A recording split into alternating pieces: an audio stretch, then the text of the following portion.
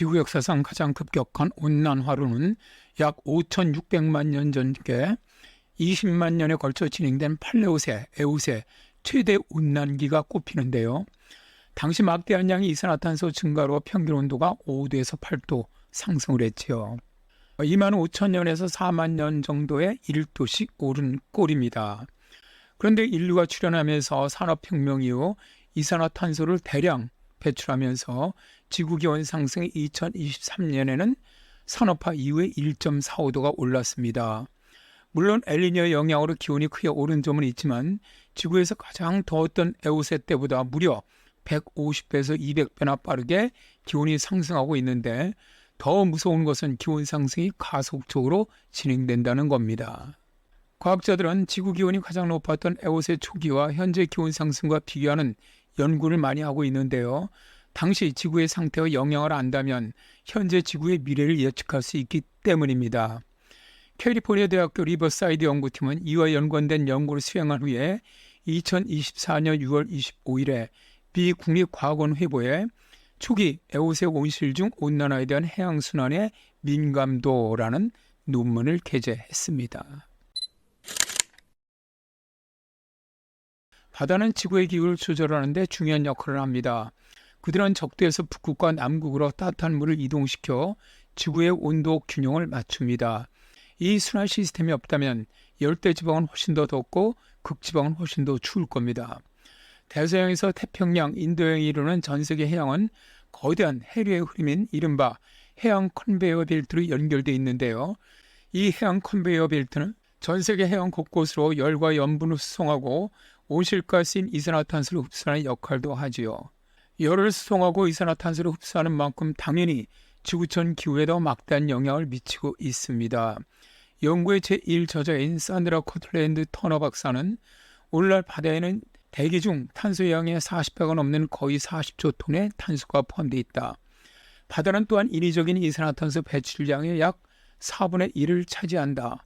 만약에 해양순환이 느려지면 바다로의 탄소 흡수도 느려지면서 대기 중에 남아있는 이산화탄소의 양이 증폭된다. 기온이 급상승할 수 있다라고 말합니다.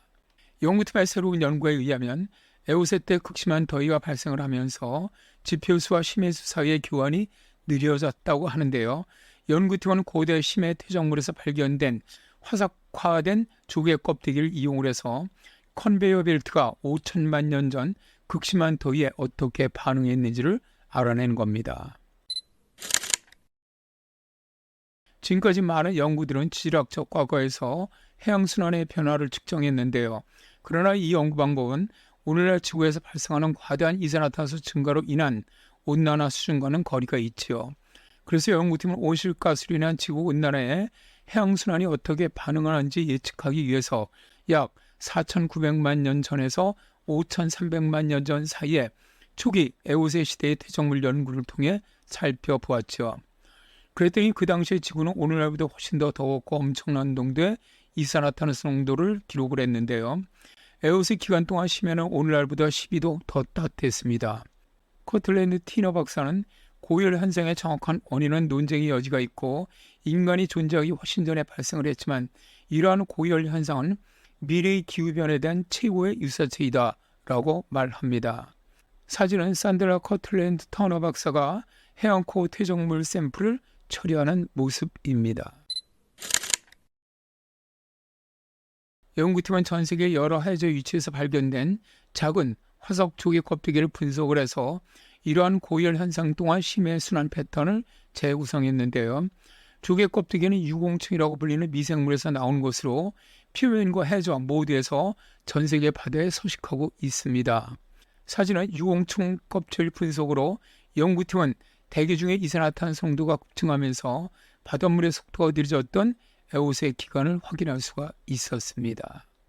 그림은 A부터 J까지 시대별로 따라서 유공층 화석 껍데기의 모양이 변화하는 모습을 보여주고 있습니다.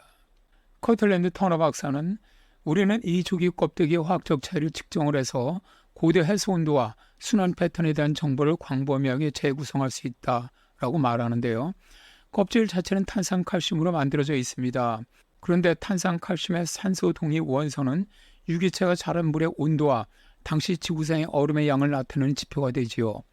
연구팀은 조개 껍데기의 탄소 동위원소를 조사를 했는데 이것은 조개 껍데기가 수입된 물의 나이 또는 물이 해수면에서 얼마나 오랫동안 고립되어 있었는지를 알 수가 있습니다. 이러한 방식으로 심해수 이동 패턴을 재구성할 수 있었지요. 유공충은 광합성을 할 수 없지만 껍질은 식물성 플랑크톤과 같은 근처의 다른 유기체의 광합성의 영향을 나타냅니다. 터너 박사는 광합성은 표층 해에서만 일어나기 때문에 최근에 표층에 있던 물은 탄소 13이 풍부한 산호를 가지고 있다. 반대로 오랫동안 표면에서 고립된 물은 광합성, 유기체의 잔해가 가라앉고 부패하면서 상대적으로 더 많은 탄소 12를 축적했다. 따라서 오래된 물은 젊은 물에 비해 상대적으로 더 많은 탄소 12를 가지고 있다라고 말합니다. 연구팀은 에오세 동안 대기 중에 약 1000ppm의 이산화탄소 농도가 있었고 이로 인해 당시가 가장 기온이 높았던 시기를 만들어냈다라고 주장하는데요. 현재 지구 대기의 이산화탄소 농도는 약 425ppm입니다. 그러나 인간은 매년 거의 370억 톤의 이산화탄소를 대기 중으로 배출합니다. 이러한 배출 수준이 계속된다면 금세기 말까지 초기 에오세와 유사한 조건이 발생할 수 있다면서 코틀린 터너 박사는 이산화탄소 배출량을 줄이기 위해 모든 노력을 기울여야 한다라고 주장합니다.